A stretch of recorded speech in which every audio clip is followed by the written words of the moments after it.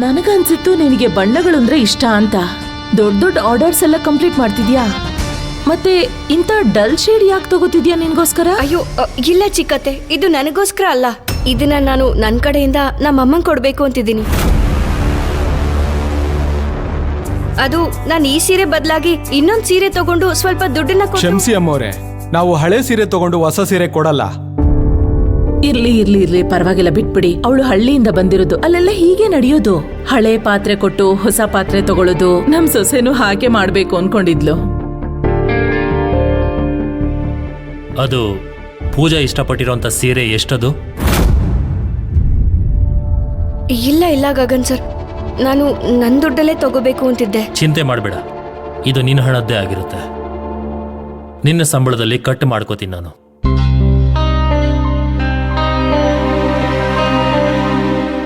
ಎಷ್ಟದು? 5,000 ರೂಪಾಯಿ ಯಜಮಾನ್ರೆ. ಉಳಿದಿದ್ದು ನೀವಿಟ್ಕೊಳ್ಳಿ.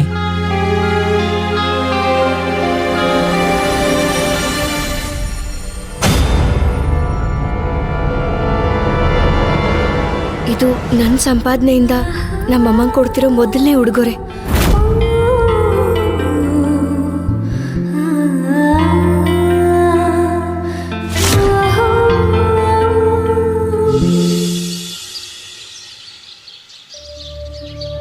ಮಾ, ನಿನಗ್ ನೆನಪಿದ್ಯಾ ನನ್ನ ಮತ್ತೆ ನಿನ್ನ ಕನಸು ನಮ್ದೇ ಆದಂತ ಕೆಲ್ಸ ಶುರು ಮಾಡ್ಬೇಕು ಅಂತ?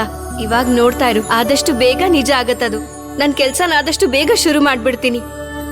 ಮತ್ತೆ ನೀನೇ ನೋಡ್ತಿರು, ಮತ್ತೆ ಜೀವನದಲ್ಲಿ ಯಾವ್ದೇ ಖುಷಿ ಇದ್ರೂನು ಅದನ್ನೆಲ್ಲ ತಂದು ನಾನು ನಿನಗೇನೆ ಕೊಡ್ತೀನಿ.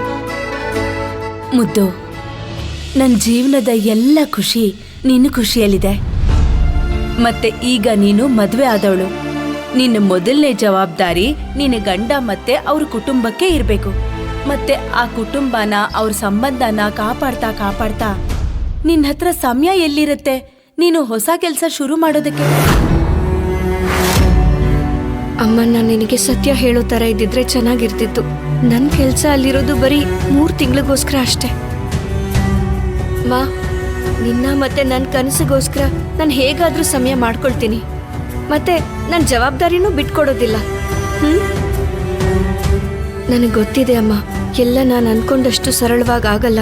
ನಿನಗೆ ಹೇಗೆ ಹೇಳೋದು ಅಂತ ನೆನೆಸ್ಕೊಂಡ್ರೇನೆ ನನಗೆ ತುಂಬಾನೇ ಭಯ ಆಗೋಗುತ್ತೆ. ಇದನ್ನೆಲ್ಲ ಹೇಗೆ ಸಂಭಾಳಿಸೋದು? ನಿನಗೆ ಸತ್ಯ ಗೊತ್ತಾದಾಗ ನಿನಗೆ ಹೇಗೆ ಸುಧಾರಿಸಲಿ?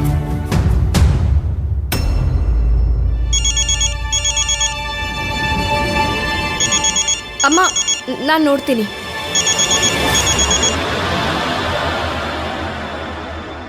ಎಲ್ಲ ಸರಿ ಇದೆಯಾ?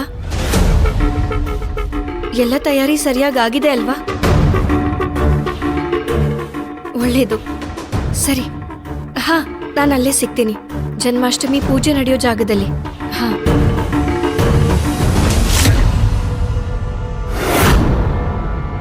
ಮುದ್ದು, ನೀನ್ ಜನ್ಮಾಷ್ಟಮಿ ದಿನ ಏನ್ ಮಾಡ್ಬೇಕು ಅಂತಿದ್ಯಾ? ಮಾ, ಅದು ಅದು ಅಲಂಕಾರ ಮಾಡೋರ್ದು ಫೋನ್ ಬಂದಿತ್ತು. ಎಲ್ಲ ತಯಾರಿ ಮಾಡ್ಕೋಬೇಕಲ್ವಾ ಜನ್ಮಾಷ್ಟಮಿಗೆ? ಅಷ್ಟೇ. ಸರಿ ಅಮ್ಮ, ತುಂಬಾ ಕೆಲ್ಸಗಳಿದೆ. ರಾತ್ರಿ ಪೂಜೆಗೆ ತಯಾರಿ ಮಾಡ್ಕೋಬೇಕಲ್ವಾ? ನಾನು ಹೊರಡ್ತೀನಿ. ನೀನು ಹುಷಾರಾಗಿರು, ಸರಿನಾ? ಸರಿ.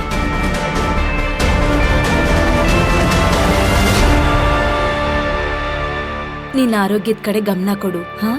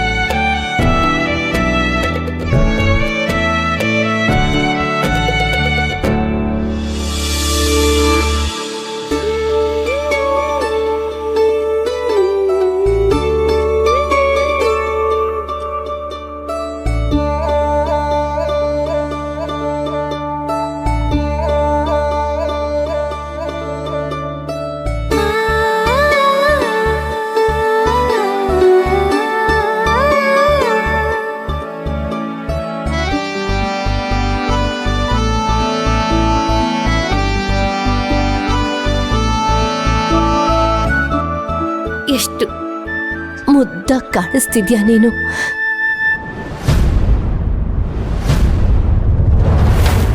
ಪೂಜಾ, ನಿಜವಾಗ್ಲು ತುಂಬಾ ಮುದ್ದಾಗಿ ಕಾಣಿಸ್ತಿದ್ಯಾ. ಪೂಜಾ, ಎಲ್ಲ ಎಷ್ಟು ಚೆನ್ನಾಗಿ ಕಾಣಿಸ್ತಿದೆ ಅಲ್ವಾ. ಪೂಜಾ, ನಿನ್ನ ಸಹಾಯ ಇಲ್ಲದೆ ಕೃಷ್ಣನ್ ಆಗಮನಕ್ಕೆ ಇಷ್ಟೊಂದು ತಯಾರಿ ಮಾಡಕ್ಕಾಗ್ತಾ ಇರ್ಲಿಲ್ಲ ನನಗೆ. ಸರಿದಾರ ಅವ್ರೆ, ನೀವ್ ಹೇಳ್ತಾ ಇದ್ದೀರಾ ಅಂತ ನಾನು ಜನ್ಮಾಷ್ಟಮಿವರೆಗೂ ಯಾರಿಗೂ ಏನೂ ಹೇಳೋದಿಲ್ಲ. ಆದ್ರೆ 2 ದಿನ ಆದ್ಮೇಲೆ ನಾನು ಗಗನ್ ಸರ್ಗೆ ಎಲ್ಲ ಸತ್ಯನೂ ಹೇಳ್ಬಿಡ್ತೀನಿ. ನಿನ್ಗೆಷ್ಟು ಧೈರ್ಯ ಇರಬೇಕು, ನನ್ನ ಹತ್ರನೇ ಬಂದು ಮನೆಯವ್ರ ಮುಂದೆ ಎಲ್ಲಾ ಸತ್ಯ ಹೇಳ್ತೀನಿ ಅಂತ ಹೇಳ್ತೀಯ. ಈಗ ನೋಡು ಯಾವ ಥರ ಗೇಮ್ ಆಡ್ತೀನಿ. ನಿನ್ನ ಗಗನ್ ಅವರ ಹತ್ರ ತಂದು ಈ ಅರಮನೆಗೆ ಒಬ್ಬ ವಾರಸ್ದಾರನ ತಂದು ನಿನ್ನನ್ನು ಹೊರಗಡೆ ಕಳಿಸ್ತೀನಿ. ಗಗನ್ ಎಲ್ಲಿ? ಕರಿ, ಅವನ್ನ ಪೂಜೆ ಶುರು ಮಾಡಬೇಕು ಈಗ.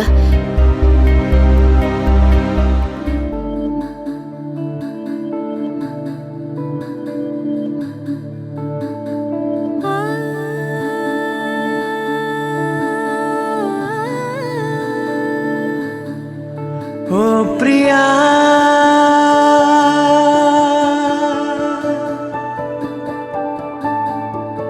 ಓ ಪ್ರಿಯಾ, ಓ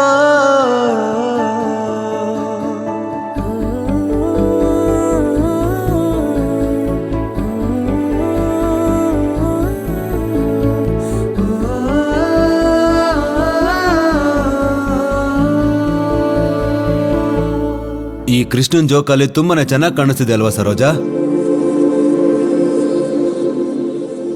ಹೌದು ರೀ, ತುಂಬಾ ಸುಂದರವಾಗಿ ರೆಡಿ ಮಾಡಿದ್ದಾರೆ.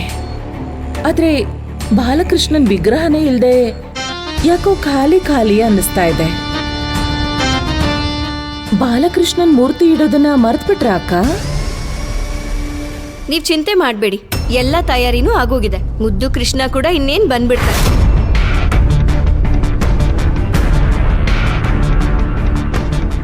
ಶಾಕ್ ಕೊಡೋ ಕೆಲಸ ಏನಿದ್ರು ನಂದು. ಇವಳೇನ್ ಶಾಕ್ ಕೊಡೋಕ್ ಹೊರಟಿದಳಪ್ಪ?